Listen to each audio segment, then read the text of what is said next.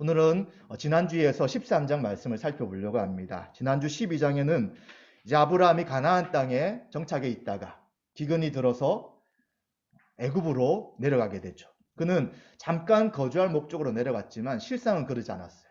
왜냐하면 자신의 안전과 목숨이 자신의 누이에게 있다고 이야기하면서 아내 있다고 이야기하면서 아내를 누이로 속이게 해달라고 이야기하죠. 결과는 어떻게 됩니까? 바로의 후궁이 되어버리게 마는 거죠. 이제 그는 부인을 찾을 수가 없게 되었어요. 그리고 언제까지 애굽에서 머물러야 될지도 모르는, 부인을 찾지 못하면 갈 수도 없는 것이죠. 더 큰 문제는 이제 그와 아내를 통해서 후손이 태어나야 되지만 그 후손이 태어날 수 있는 일도 굉장히 어려워지는 이런 상황 가운데 있게 됩니다. 하나님의 약속이 어떤 것이었습니까? 아브라함에게 그 땅과 가나안 땅과 내 자손을 줄 것이다 하신 약속이었죠. 이 약속이 이제 깨트려질 만한 상황이 됩니다. 이때 하나님이 나서시죠. 바로에게 나타나셔서 그의 집과 그에게 큰 재앙을 내리시고 이 모든 일들이 아브라함의 아내 사레 때문이라는 것을 알려주십니다. 그래서 이 바로는 아브라함과 그의 아내와 그리고 롯뿐만 아니라 그 모든 소유를 이제 가지고 떠나라고 보내게 되고요. 이제 이 아브라함은 다시 가나안 땅으로 향하게 되는 것입니다. 그래서 우리가 보았던 1절, 2절에 있는 이러한 말씀들, 그리고 1절부터 4절까지 모든 말씀들이 12장과 연결되는 말씀이라는 것을 우리는 알게 되는 것입니다. 왜냐하면 그가 애굽에서부터 다시 네게브를 거쳐서 가나안 땅으로 가게 되는 것이고요. 그리고 4절에서는 처음으로 제단을 쌓았던 베델과 아이 사이에서 다시 여호와의 이름을 불렀더라라고 하면서 바로 12장의 사건을 이어서 아브라함의 삶이 이어지는 것을 보고 있는 것입니다. 아브라함은 이제 내려갈 때도 어느 정도의 재산이 있었지만 그는 아내를 누이라고 속이면서 결혼함을 통해 바로를 통해 많은 재산을 또 얻게 되었습니다. 그래서 성경에서는 육축과 음과 금이 풍부하였더라라고 이야기해 주고 있습니다. 하나님께서 아브라함을 어떻게 생각하시고 그를 어떻게 지키시는지를 바로 이러한 말씀을 통해서 알게 되는 것이죠. 왜냐하면 구약에서는 신약과 좀 다르게 하나님이 그와 함께 하신다는 것을 그의 소유나 자식을 통해서 보여줄 때가 많이 있었습니다. 아, 저 사람은 그의 신이 그를 지키시구나. 특히 아브라함은 하나님을 믿는 자였기에 여호와 하나님께서 아브라함을 지키시고 인도하시는 거라는 것을 그 주변 사람들이 다 알 수 있게 된다는 것이죠. 그리고 이제 그 이야기를 듣겠죠. 야, 애굽에서 하나님께서 나타나셔서 바로왕을 하나님 책망하셨더라. 그리고 아브라함과 아내와 그의 모든 소유를 이끌고 나가도록 하셨더라. 정말 그 아브라함이 섬기는 하나님은 위대한 분이고 대단한 분이다 하는 것을 이제 그뿐만 아니라 그 주변의 사람들이 알게 되었다는 것입니다. 이러한 상황을 겪은 아브라함의 마음은 어땠을까요? 그는 하나님에 대해서 이제 어떻게 생각할까요? 하나님에 대해 아브라함이 하나님이 자신을 어떻게 생각하는지를 아브라함 다시 한번 생각했을 거예요. 하나님의 약속을 반드시 지키는 분이구나. 땅에 대한 약속, 자손에 대한 약속, 복의 근원이 되게 하시겠다는 말씀, 또 나에게 저주하면 저주를 하고 나에게 복을 내리면 복을 내리신다는 말씀. 그래서 그 약속들을 하나님께서 이루실 분에 대한 것에 대한 분명한 확신을 가지게 되는 거죠. 눈에 보이기에 가장 높았던 바로보다도 훨씬 강한 분. 그리고 그 약속을 반드시 성취하기 위하여 하나님이 나의 편이 되신다는 것들을 알았던 아브라함은 이제 다시 처음 하나님이 이름을 불렀던 그곳에 도착하여 하나님께 예배드리게 되는 것을 우리는 보게 되는 것입니다. 그래서 이 말씀이 이제 12장 7절, 8절 말씀과 굉장히 비슷하게 연결되는 것이죠. 12장 7절, 8절을 제가 읽어보면 여호와께서 아브라함에게 나타나 가라사대 내가 이 땅을 내 자손에게 주리라 하신지라 그가 자기에게 나타나신 여호와를 위하여 그곳에 단을 쌓고 거기서 베델 동편 산으로 옮겨 장막을 치니 서는 베델이요 동은 아이라 그가 그곳에서 여호와를 위하여 단을 쌓고 여호와 이름을 부르더니 이 말씀이 다시 진행이 되는 것입니다. 가나안 땅에 처음 도착했을 때 그에게 약속하신 하나님을 그는 기억하게 됩니다. 하나님께 주신 은혜, 하나님께 받은 은혜를 기억하게 되는 것이죠. 그리고 이 애굽의 사건을 통해서 나를 향한 하나님의 사랑과 은혜를 깊게 생각하게 되었기에 그는 다시 한 번 더 여호와의 이름을 부르며 그곳에서 예배를 드리게 되는 것을 보게 되는 것입니다. 아브라함은 유목민이었어요. 강 건너편에서 온 사람들이다 라고 이야기하게 되죠. 그리고 유목민은 곳곳을 다니면서 그의 가축을 키워야 합니다. 이제 먹을 것이 있을 때 그곳에 있다가 또 떨어지면 또 움직이고 계속해서 이동하는 사람이죠. 그런데 이 애굽에서의 경험은 바로 아브라함을 하나님께서 인도하신다는 것이었고요. 그리고 하나님의 약속 때문에 아브라함과 그의 아내 사레를 반드시 지킬 것이라는 것을 그는 알게 되는 것이죠. 그래서 자신은 왜 중요하게 되었느냐? 하나님의 사명을 받은 자에게 하나님이 그에게 사명을 주셨기에 자신이 중요한 존재라는 것을 그는 어느 정도 인식하게 되었습니다. 12장과는 좀 다르죠. 12장은 어떤 하나님 불렀어요. 여호와 하나님이라고 하고 우리 조상이 섬긴 하나님이라고 하는데 어느 정도 누군지에 대한 분명한 인식이 없었어요. 그러나 13장에서는 자신을 부르신 여호와 하나님, 자신에게 하신 약속이 어떤 약속인지, 이 약속을 이루시기 하나님이 어떻게 하실지에 대한 분명한 인식을 가지고 그가 예배드리기에 12장에 드렸던 예배와 13장에 드린 예배는 질적인 차이가 있었을 것이다 라고 우리는 생각할 수 있는 것입니다. 이처럼 하나님의 사람은 방향성을 가지고 있는 사람이에요.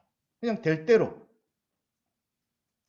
그냥 시간이 흐른 대로 살아가는 사람이 아니라 하나님이 정해주신 방향이 무엇인지 알고 그 길을 걸어가는 사람인 것이죠.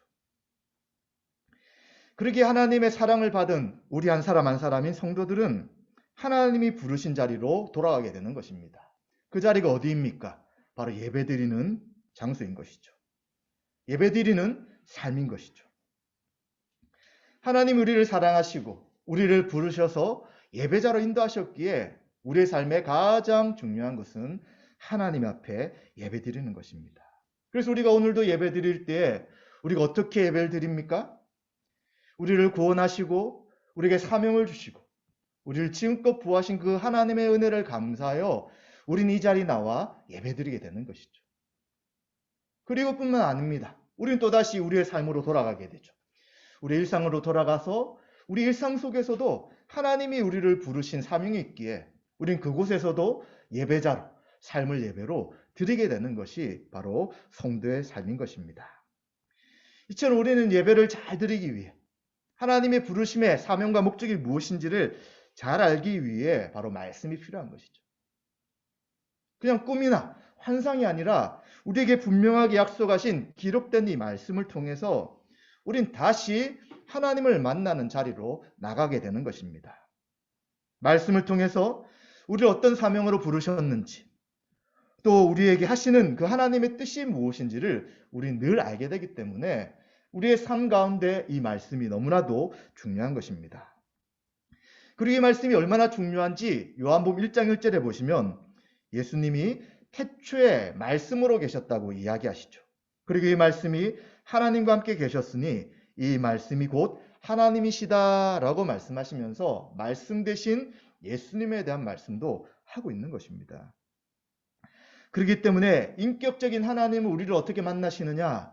말씀하시고 그 말씀을 성취해 나가시고 그 말씀을 이루어 가시는 것을 우리에게 보여주심을 통해 하나님은 우리를 만나고 계시다는 것입니다. 따라서 하나님은 말씀 안에 계시고요. 그 말씀을 통해서 하나님의 살아계심을 나타내 보여주시는 것이죠. 그렇기 때문에 우리는 어디서 이 주님, 이 하나님 만날 수 있습니까?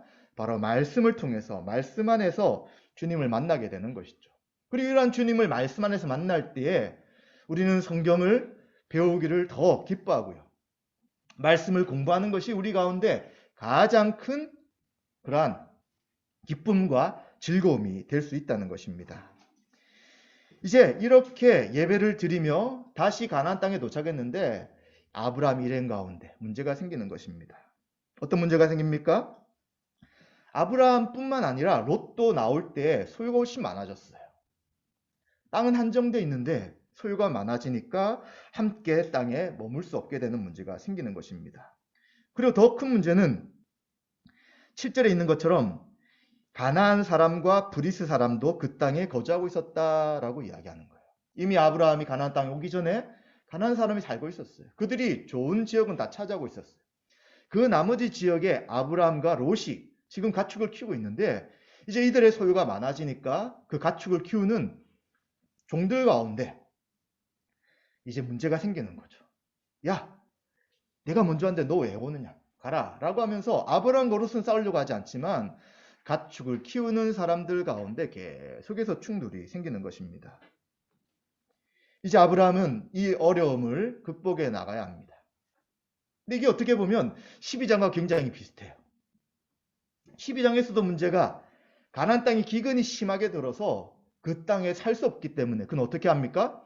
계속 남쪽으로 내려가다가 아예 애굽으로 들어가게 되죠. 잠깐 거주하려고 하지만 그는 기근을 피해서 가나안 땅을 떠나는 결정을 하게 됩니다. 지금도 마찬가지예요. 이제 두 사람이 함께 거주할 수 없고 가나안 민족도 많이 있는데 가축은 키워야 돼요. 가축을 키우지 못하면 먹고 살 수가 없는 문제인 것이죠. 이제 또 아브라함에게 어떤 결정과 선택을 할지에 대한 그 상황이 나타나 있는 것이죠. 가나안 땅에 머물 것인가? 아니면 가나안 땅보다 훨씬 좋은 땅이 있다면 그 땅으로 갈 것인가에 대해 아브라함은 또다시 고민을 하게 되는 것입니다. 마찬가지죠. 우리가 받은 말씀이 있어요. 받은 사명이 있습니다. 구원의 은혜가 있습니다. 그리고 우리에게 주신 여러 가지 생각과 계획들이 있어요. 그런데 이 하나님의 계획과 뜻을 우리가 받았을 때 사단은 가만 내버려 두지 않는 거예요. 계속해서 그 생각과 그 은혜를 빼앗으려고 합니다. 근데 문제는 하나님이 그렇게 사단이 활동할 때 허용하시고 내버려 둘 때가 많다는 거예요. 이러한 도전이 있을 때 말씀을 빼앗으려고 하고 우리의 생각과 가치관이 자꾸 하나님 말씀에서 떠나려고 할 때 우리는 어떻게 해야 합니까? 처음 우리에게 주신 하나님의 은혜를 가볍게 여기지 않아야 합니다. 우리의 심령 가운데 새겨주시는 은혜를 우리는 다시 한 번 더 기억해야 되는 것이죠. 하나님이 왜 나에게 이런 말씀을 주셨고 하나님이 왜 나에게 이런 사명을 주셨으며 나의 삶을 계속해서 인도하시는 데 대해서 우리는 기억하고 생각하고 하나님의 뜻을 우리는 다시 물어야 되는 것입니다. 이러한 상황 속에 아브라함은 이제 결단을 내려야 되는 거예요. 12장처럼 약속의 땅을 생각하지 않고 하나님 말씀을 의지하지 않고 자기의 결정대로 계속해서 기근을 피하게 움직일 것인가? 또 기근을 피할 뿐만 아니라 자기 안전과 목숨이 사라에게 있다고 생각하면서 하나님은 까마득하게 잊어버릴 것인가에 대한 문제가 여기서 마찬가지로 생기는 것입니다. 그런데 13장 9절에는 아브라함이 의외의 결정을 하는 것을 봅니다. 내 앞에 온 땅 있지 아니하냐? 나를 떠나라. 내가 좌하면 나는 우하고 내가 우하면 나는 좌하리라. 아멘. 어떤 결정입니까? 롯에게 먼저 선택권을 주는 거예요. 지금 가나안 땅에 그 가축을 키울 수 있는 땅이 그렇게 넉넉하지 않는데도 불구하고 롯에게 먼저 선택한다는 건 어떻게 된다는 거예요? 아브라함은 이후로 더 가축을 키우는 것이 어려울 수 있다는 것을 전제하는 거예요. 그럼 누구를 의지한다는 것입니까? 자신에게 사명을 주신 하나님, 말씀을 주신 하나님, 애굽에서 자신을 지키신 그 하나님을 의지하면서 이제 12장과 같은 결정을 하지 않겠다는 거예요. 그리고 롯과 다투지 않겠다는 것입니다. 한 친족이기 때문에 다투는 것이 아니라 너가 먼저 좋은 것을 선택하라. 너가 좌한다면 나는 우할 것이고 너가 우한다면 나는 좌할 것이다 라고 하면서 먼저 결정하도록 하는 것이죠. 근데 우리가 이 말씀을 보면서 오해하지 않아야 돼요. 그러면 아브라함은 만약 가나안 땅에 롯이 정착하겠다고 한다면 가나안 땅을 떠나겠다는 것인가? 그게 아닌 거예요. 약속의 땅에 그는 남겠다는 것입니다. 상황이 더 어려워지고 롯이 혹시 가나안 땅에 더 좋은 땅을 차지할지라도 그는 자신의 안전과 목숨을 인도하시는 하나님을 의지하면서 계속해서 가나안 땅에 머물겠다는 것이 지금 아브라함의 결정이라고 우리는 이해해야 되는 것입니다. 사랑하는 성도 여러분, 지금 우리는 무엇을 붙들고 있습니까? 우리가 붙들고 있는 사명, 하나님의 뜻, 그 말씀을 가지고 우리의 삶의 모든 것들을 배치해 나가야 되는 거예요. 시간과 물질과 그리고 자신의 에너지를 다 그렇게 정리해 나가야 됩니다. 만약 그러지 않는다면 우리의 삶이 굉장히 어수선하고 분주하고 뭔가 많은 걸 사는 것처럼 보이지만 하나님의 뜻과는 관계없는 것이기에 마음의 평안을 그리고 삶의 질서를 잃어버릴 수 있다는 것입니다. 우리 삶의 계속해서 시간이 지나면서 또 환경이 달라지면서 삶의 변화가 있을 수 있어요. 이곳에 있다가 저곳에 있을 수도 있고 이 직장에 있다가 저 직장에 갈 수도 있고 이 학교에 있다가 저 학교도 갈 수 있고 이 사람 만나다가 저 사람 만날 수도 있고 수많은 변화가 있을 수 있어요. 그러나 우리에게 향한 하나님의 부르심 또 우리의 사명에 대해서는 흔들리지 않아야 된다는 것입니다. 어디에 있든지 무엇을 하든지 누구를 만나든지 우리를 부르신 목적과 사명을 분명히 우리가 이해하고 있다면 알고 확신하고 있다면 우리는 결코 흔들리지 않는 것이죠. 아브라함이 12장과 13장의 결정의 차이가 바로 그러한 것이었습니다. 그러기에 신자라고 이야기할 때 성경은 장성한 사람, 온전한 사람 이렇게 표현하는데 이 온전한 사람, 장성한 사람의 특징은 흔들리지 않는 거예요.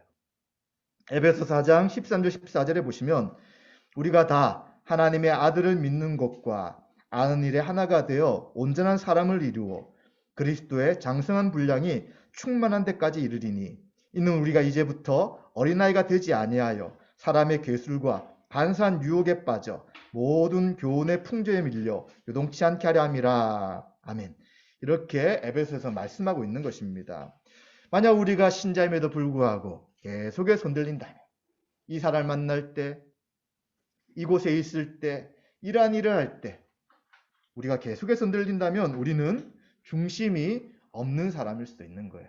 중심이 뭐예요? 하나님이 나를 어떻게 부르셨는지 나의 부르심이 무엇인지를 분명히 모르고 있다면 우리는 쉽게 삶의 여러 환경 속에서 흔들리게 된다는 것이죠. 우리는 어떻게 살아가야 하는 것인가? 어디를 가는 것인가가 참 중요하지만 하나님의 사명을 갖고 있는 사람은 그것이 우리 인생의 가장 큰 문제는 아니라는 것입니다. 왜 그렇습니까?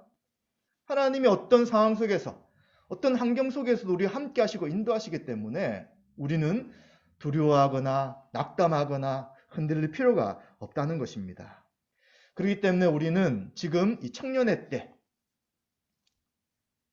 이제 연세가 많이 들어서 이제 곧 하나님 앞에 가야 되는 그때가 되기 전 이 시기에 우리는 하나님의 말씀을 잘 배우고 믿음의 삶을 살아가야 합니다. 이런 청년의 때 우리의 신앙생활을 잘 해야 될 이유가 뭐냐면 이제 우리에게는 큰 결정을 몇 가지 해야 합니다.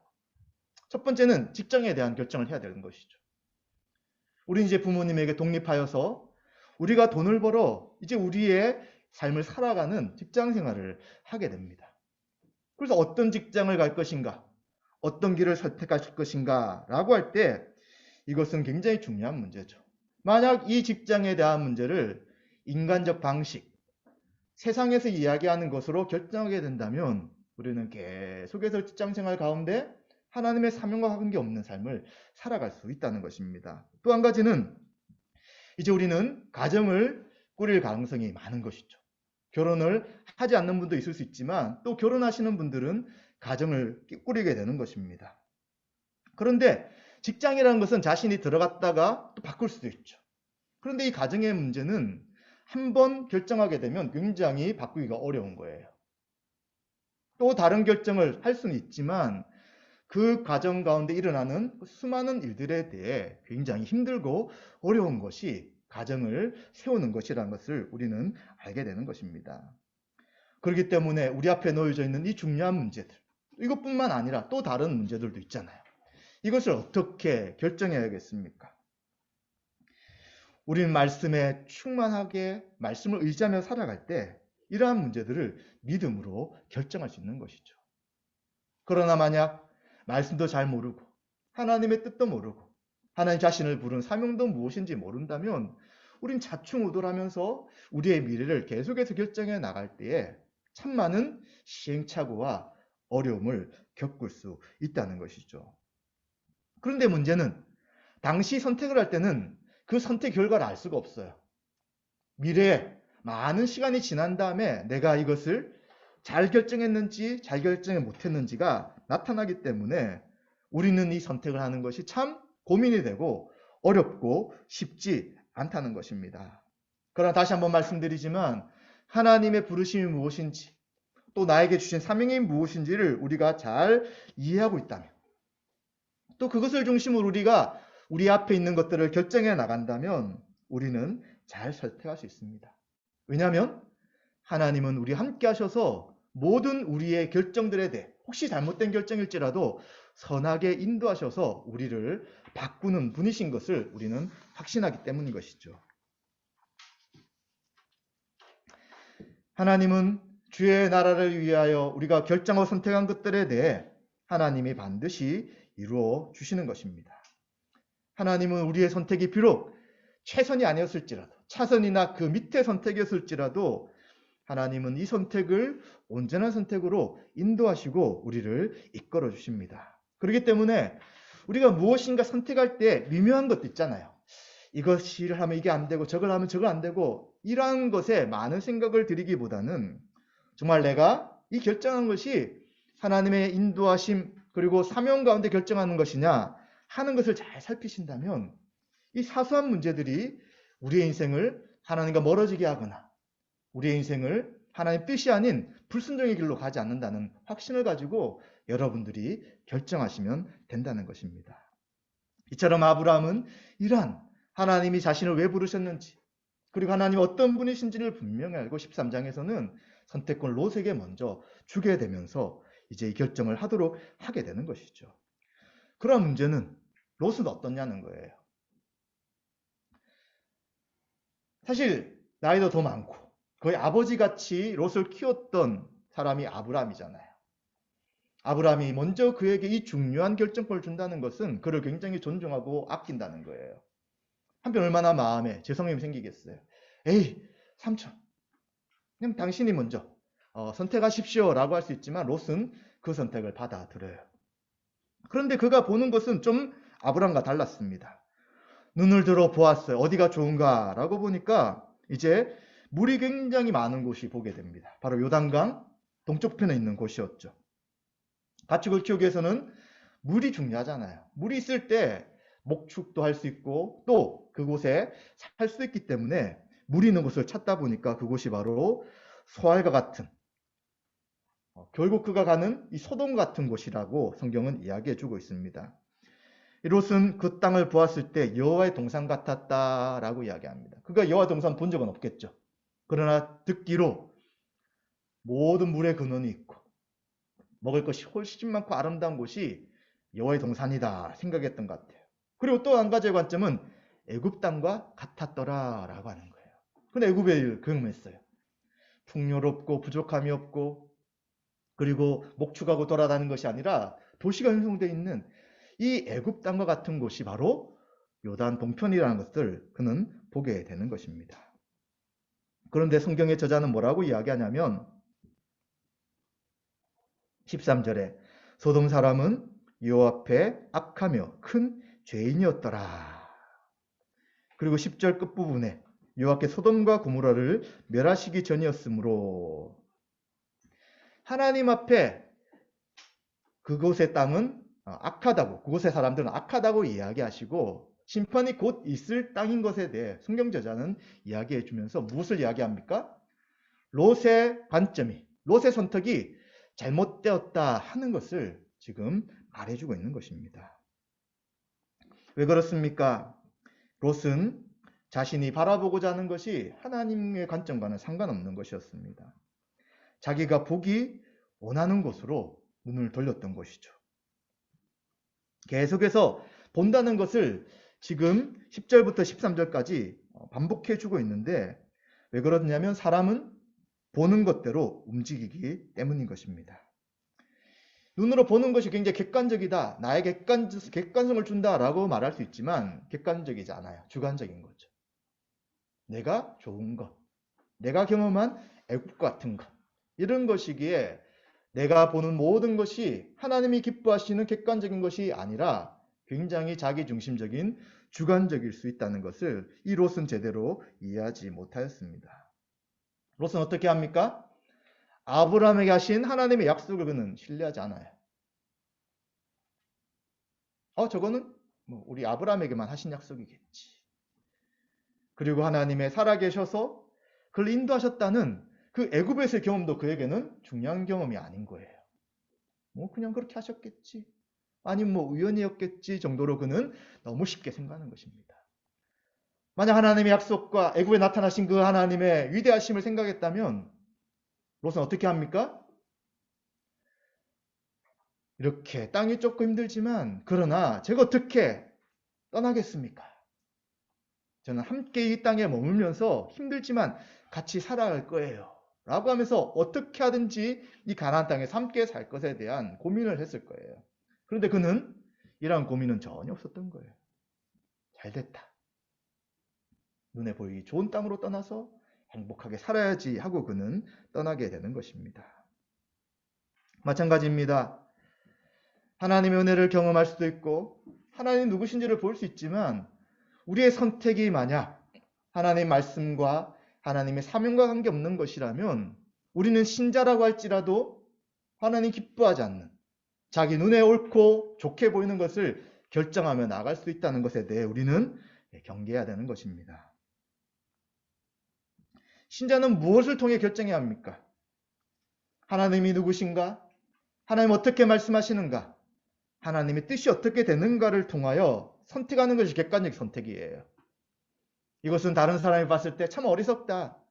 왜 그렇게 어리석은 결정하느냐? 왜 그렇게 시간을 들이느냐? 왜 너 돈을 그렇게 쓰느냐라고 하면서 우리의 결정을 어리석게 보지만 우리는 하나님의 말씀과 그 사명이 분명히 있기 때문에 이 세상 사람들이 어리석다고 이야기하는 그것에 대해 우리는 낙담하거나 왜 내가 이렇게 어리석게 결정했을까에 대해서 생각할 필요가 전혀 없다는 것이죠. 우린 하나님의 살아계심을 전제로 행동하기 때문입니다. 우리 마음 가운데 있는 세속적인 생각들이 혹시 있나요? 세상적인 생각이 있습니까? 하나님 뜻이 아닌데 세상에서 준 생각인데 이걸 붙잡고 나는 이렇게 살아가야지. 이렇게 사는 것이 나의 인생의 가장 행복한 것이야. 그리고 신자라면 이렇게 살 것이야 라는 생각이 있다면 우리는 그 생각을 분별하고 그것을 뽑아내어야 할 것입니다. 롯은 하나님을 배제했고 하나님이 누구신지에 대한 생각보다는 자신이 좋은 것을 선택하여서 이제 그는 이사하게 되고요. 그리고 결국 소돔 땅에 이르게 됩니다. 13절에 있는 그 말씀, 소돔 땅에 있는 사람들은 악하였다는 그 말씀에 대해 그는 어떤 일이 생길지에 대해 예상하지 못하고 그곳에 들어가서 이제는 목축을 벌이고 유목 생활을 벌이고 도시 생활을 하는 것을 보게 되는 것이죠. 우린 이러한 일들의 분별하기가 사실은 쉽지가 않습니다. 당장 어떻게 일이 결정될 것인가에 대해, 미래에 어떤 일이 생길까에 대해 우리는 분별하기는 어렵지만 그러나 이러한 분별보다 앞에도 말씀드린 것처럼 하나님의 뜻이 무엇인가, 그리고 하나님이 나에게 주신 주의 나라와 그의 의를 위하여 내 자신의 모든 것을 드린다면 우리는 세세한 것에 대해 분별하기보다 하나님의 뜻과 사명 가운데 있다면 이제 이 길을 하나님이 반드시 인도하실 것이다 라고 우리는 살아가야 되는 것입니다. 아브라함은 가나안 땅에 거하게 되고요. 롯은 평지 성읍들에 머물면서 결국은 소돔까지 이르게 됩니다. 하나님 약속을 믿지 못했던 롯, 하나님의 약속을 신뢰하고 가나안 땅에 남았던 아브라함의 인생은 이제 이 이후로 엄청난 차이가 나타나는 것을 우리는 보게 되는 것이죠. 따라서 우리는 바울이 빌립보 성도들 위해 기도한 내용을 다시 한번 들었고 기억해야 합니다. 빌립보서 1장 9절 11절에 내가 기도하노라 너희 사랑을 지식과 모든 총명으로 점점 더 풍성하게 하사 너희로 지극히 선한 것을 분별하며 또 진실하여 허물 없이 그리스도의 날까지 이르고 예수 그리스도로 말미암아 의의 열매가 가득하여 하나님의 영광과 찬송이 되게 하시기를 구하노라. 아멘. 여기서 지극히 선한 것에 대해서 뭐라고 이야기할 수 있냐면 이것을 분별할 수 있는 것이 바로 하나님 나라를 위해 살고 있는가, 그리스도 예수로 말미암아 의의 거룩한 열매를 맺고 있는가를 생각해 볼 때 내가 지금 지극히 선한 것을 분별하며 살아간다는 것입니다. 하나님 말씀이 없는 자는 결국 잘못된 선택을 하게 되고 현재 보기에는 좋은 선택, 좋은 결과라고 생각되지만 시간이 점점점 지날수록 이 선택이 얼마나 하나님 뜻에 옳지 않았는지를 발견될 수 있다는 것입니다. 이제 롯은 아브라함을 떠나게 됩니다. 아브라함은 이제 가나안 땅에 담게 돼요. 여전히 그 땅에는 가나안 민족들이 거주하고 있고요. 하나님 말씀하신 땅에 대한 약속도 희미해요. 지금 내가 이 땅을 소유할 수 없는 입장 가운데 있는 것이죠. 그리고 자손에 대한 약속도 그는 분명치 않습니다. 그럴 때 하나님 어떻게 하십니까? 14절부터 18절에 하나님이 다시 그에게 말씀하시는 것이죠. 너는 눈을 들어 너 있는 곳에서 북쪽과 남쪽 그리고 동쪽과 서쪽을 바라보라. 눈을 들어서 가나안 땅을 다 바라보라고 이야기하십니다. 그리고는 보이는 땅을 내가 너와 내 자손에게 주리니 영원히 이르리라. 지금 이 보이는 땅을 너와 자손에게 줄 것인데 영원할 것이다 라고 말씀하십니다. 그리고 16절에 내가 내 자손이 땅의 티끌같이 하리니 사람이 땅의 티끌을 능히 셀 수 있을진데 내 자손도 세리라. 이게 무슨 말입니까? 땅에 먼지 셀 수 없잖아요. 셀 수 없을 정도로 많이 줄 것이다 라고 이야기하고 있습니다. 그리고는 너는 일어나 그 땅을 종과 행으로 두루 다녀보라. 내가 그것을 내게 주리라. 네, 종행으로 가로 세로로 계속 다녀보라는 거예요. 그래서 아브라함은 그 뒤로 어떻게 했을까요? 네, 계속 다니면서 하나님 주신 땅이 어떤 것인가를 보면서 야, 이곳을 하나님 나에게 주신다고 약속하셨다는 것을 그냥 생각하게 되는 것이죠.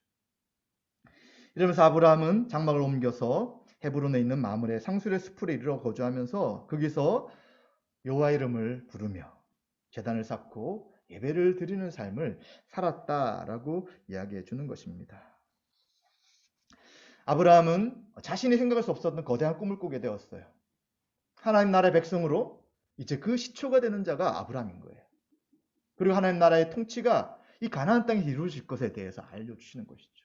그리고 그동안 다 하나님 반역했지만 이제 하나님이 우리 하나님이 되어서 나와 함께 하시는 것을 그는 경험하게 될 것에 대한 그 거대한 하나님의 계획과 꿈을 아브라함에게 보여주신 것입니다.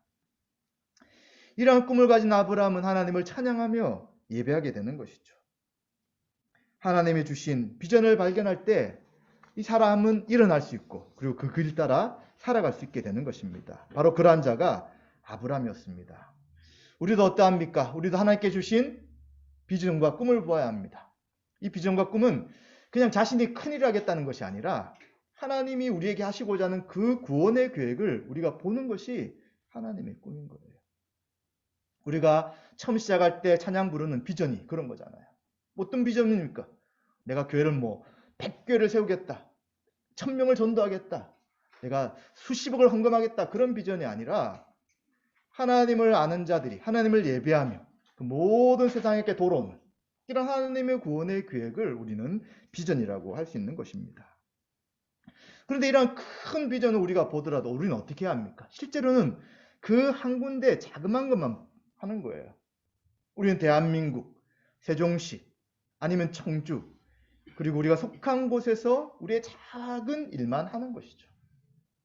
그러나 이것이 하나님의 그 큰 비전의 일부를 담당하기에 우리는 그 사명 또한 감사하고 놀랍고 은혜롭다는 것을 기억해야 합니다. 우리는 무엇을 볼 것입니까? 자신이 보고 싶은 만큼 보고 살아갈 것입니까? 아니면 하나님이 보게 하신 것을 보며 우리는 살아갈 것입니까? 우리는 사실 알아요. 내가 계속해서 바라보고 추구하는 것이 하나님 기뻐하시는 건지 내가 원하는 건지를 알아요. 알고 있다면 어떻게 해야 합니까? 자신감과 뜻을 하나님 앞에 굴복시켜야 되는 거예요. 하나님 말씀 앞에 다 내려놓아야 되는 것입니다. 그것을 선택할 때 우리에게 주어질 어떤 두려움, 어떤 피해, 그리고 내가 포기할 것, 이런 것 때문에 계속해서 망설일 수 있지만 하나님의 뜻을 우리는 분명히 알고 있는 것입니다. 그래서 우리는 계속해서 우리의 생각이 아니라 하나님의 뜻에 우리의 보는 것을 맞추기 위하여 말씀을 듣고 읽고 연구할 필요가 있는 것이죠. 보이는 땅을 주리라 하신 주님, 보는 만큼 주신다고 하셨고요. 내가 어떻다는 판단은 우리는 버려야 합니다. 하나님이 그것을 주시겠다고 한다면 하나님 주시는 거죠. 나는 이것밖에 안 되는데요. 나는 이렇게 하려고 하는데요. 이런 것이 중요한 것이 아니라 하나님이 우리에게 말씀하신 그것에 대해 우리는 아멘하면 되는 것입니다. 우리의 연약함이나 우리의 상황 환경은 사실 하나님 앞에 중요한 게 아니에요. 하나님 하시겠다면 하시는 것입니다. 우리 교회로 살아가고 우리 믿음의 삶으로 살아갈 때 우리 연약함이 우리를 자꾸 누를 때가 있잖아요. 그게 문제가 아닌 것입니다. 하나님이 하시겠다면 하시는 것이기에 우리는 하나님이 바라보게 하시는 것을 계속 바라보며 믿음의 삶을 살아가야 될 것입니다. 이제 우리는 이후의 롯의 삶 계속해서 보게 되겠지만 짧게 말씀을 드리면 14절에 아브라함을 떠난 그 결정 이후에 이제 약속에 참여한 자가 아닌 삶을 롯은 살아가게 됩니다. 그리고 14장에 롯이 잡혀갔을 때 아브라함은 롯을 구해와요. 그래서 아브라함이 롯을 버리거나 하나님이 그를 모른 척하지는 않습니다. 그런 하나님의 약속과는 상관없는 삶을 그는 계속 살아가는 것이죠. 그리고 19장에도 이제 소돔과 고모라가 멸망당할 때 아브라함이 그를 위해 기도하였고 하나님은 그를 아브라함을 보시고 롯과 그의 두 딸을 구해주세요. 그런데 소돔과 고모라가 멸망하면서 그의 부인을 잃게 되고요. 그리고 우리가 알다시피 소알이라는 곳으로 도망가가지고 이 두 딸이 이제 우리는 남자들을 경험할 수 없게 우리 후손을 만들 수 없기 때문에 아버지를 통해서 후손을 만들 것이다 라고 하면서 그는 모압과 암몬 족속의 조상이 되게 되는 것이죠. 롯은 이 이후에 그렇게 될 것에 대해 꿈도 꾸지 못했을 거예요. 그러나 성경은 그가 비참한 인생을 살게 되고 하나님 약속과는 관계없는 그러한 굉장히 암울한 삶을 살게 되었다는 것을 우리에게 알려주시는 것입니다. 이처럼 우리는 무엇을 선택하는 것이 굉장히 중요합니다. 우리 인생에 낙이 없다고 말하기 전에 하나님이 기뻐하시고 원하시는 것이 무엇인지를 알고 그 믿음의 삶을 살아가야 될 것입니다. 하나님 나라에 대한 소망, 관점은 너무나도 중요한 것입니다. 하나님의 약속을 붙잡는 자만이 롯의 선택을 하지 않고요. 하나님의 뜻대로 살아가게 되는 것입니다. 이것을 기억하며 매일의 삶에서 하나님이 바라보게 하시는 것을 바라보며 믿음의 선택을 하시는 저와 여러분 되시기를 주님의 이름으로 축원드립니다.